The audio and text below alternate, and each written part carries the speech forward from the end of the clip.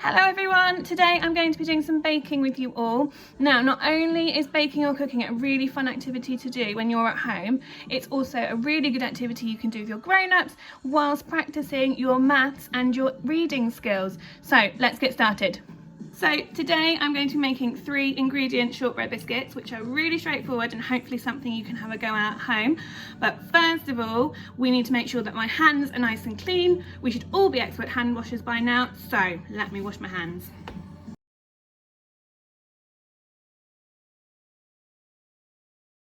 If you would like to make these shortbread biscuits, all you are going to need is 200 grams of butter, some caster sugar. You're going to need 100 grams of caster sugar, and then you're going to need 300 grams of plain flour.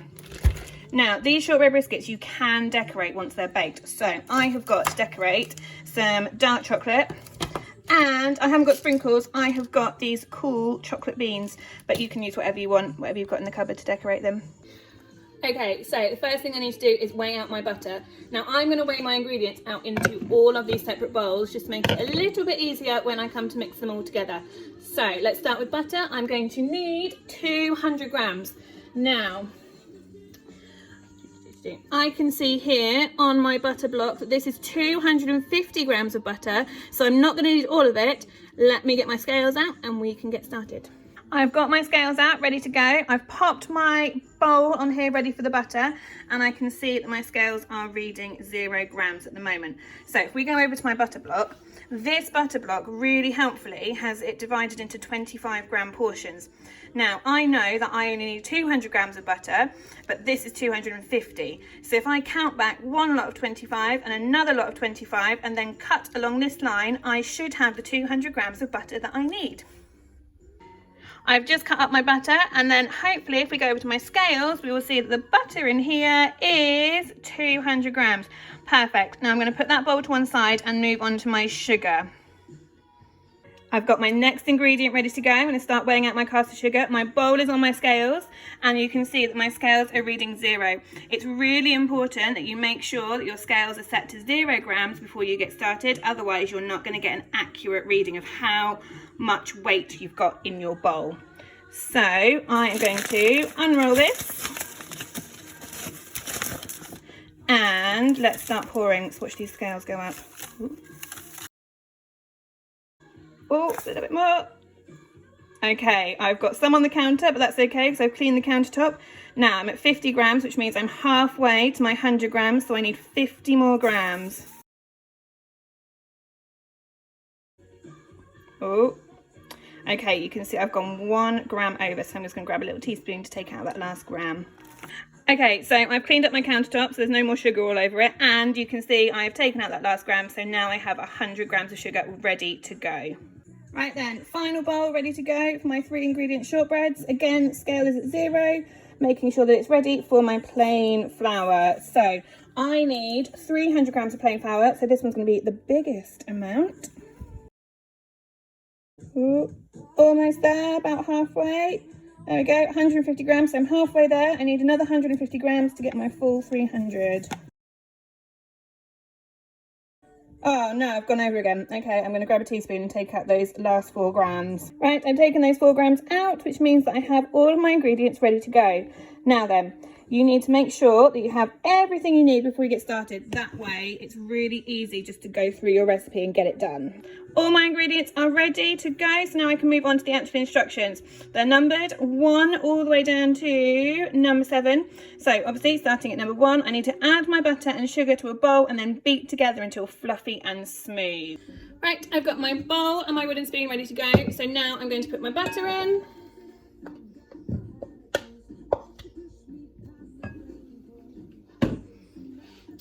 And then next my sugar.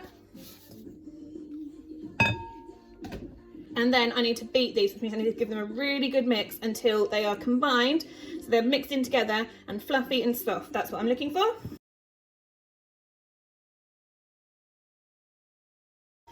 Okay, so this is looking lovely and fluffy and smooth, which means it's ready for some flour. Now, my next instruction says to add in your flour and mix until a dough is formed.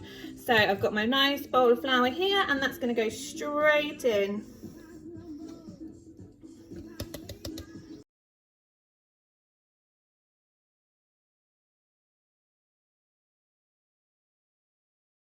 So as I've been working on top of this countertop and my next instruction needs me to put the dough on the counter, I'm just going to give it a quick wipe to make sure it's nice and clean.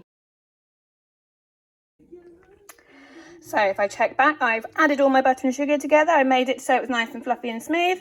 Then I've added in my flour and I've got my dough ready to go. So my next instruction is to flour my surface. That means I'm just going to put some flour on to stop it sticking.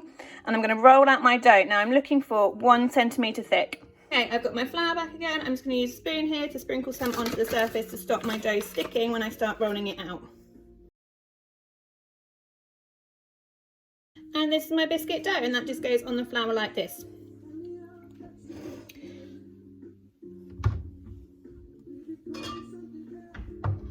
Now, usually you use a rolling pin to roll things out, but I don't actually have a rolling pin.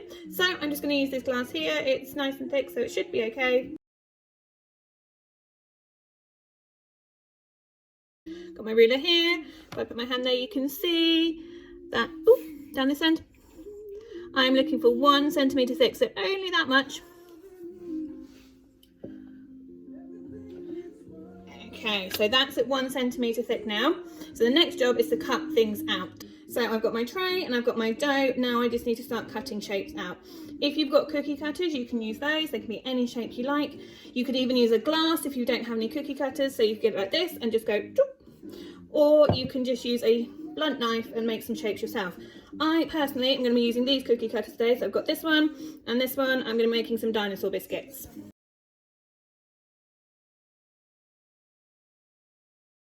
Right, I've got a tray of dinosaur biscuits ready to go, and then all of these other dinosaurs that I just need to go and find a baking tray for. All the dinosaur biscuits are now on a tray, so let's look at our next instruction. So we've cut out our shortbread and placed them on a lined tray, and we need to put them in the fridge for 30 minutes. Right then, my biscuits have gone in at 13:27, so they need 30 minutes, which means I'm going to take them out at 13:57, which is 3 minutes before 2 o'clock. It is 13:57. My dinosaurs have come out of the fridge. They are nice and chilled, ready to go into the oven. Now, as they were in the fridge chilling, I have been preheating my oven.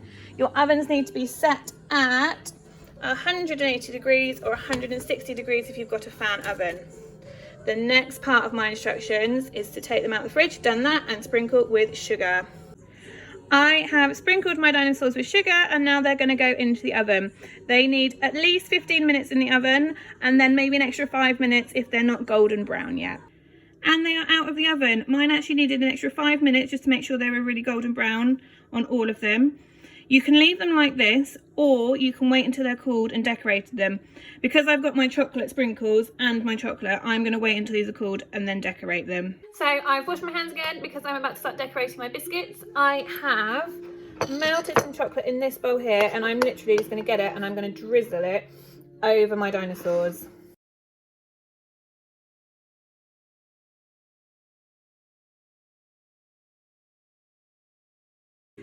They are done. This is what they look like when they've been drizzled with chocolate, and I've just scattered some of the chocolate pebbles all over them.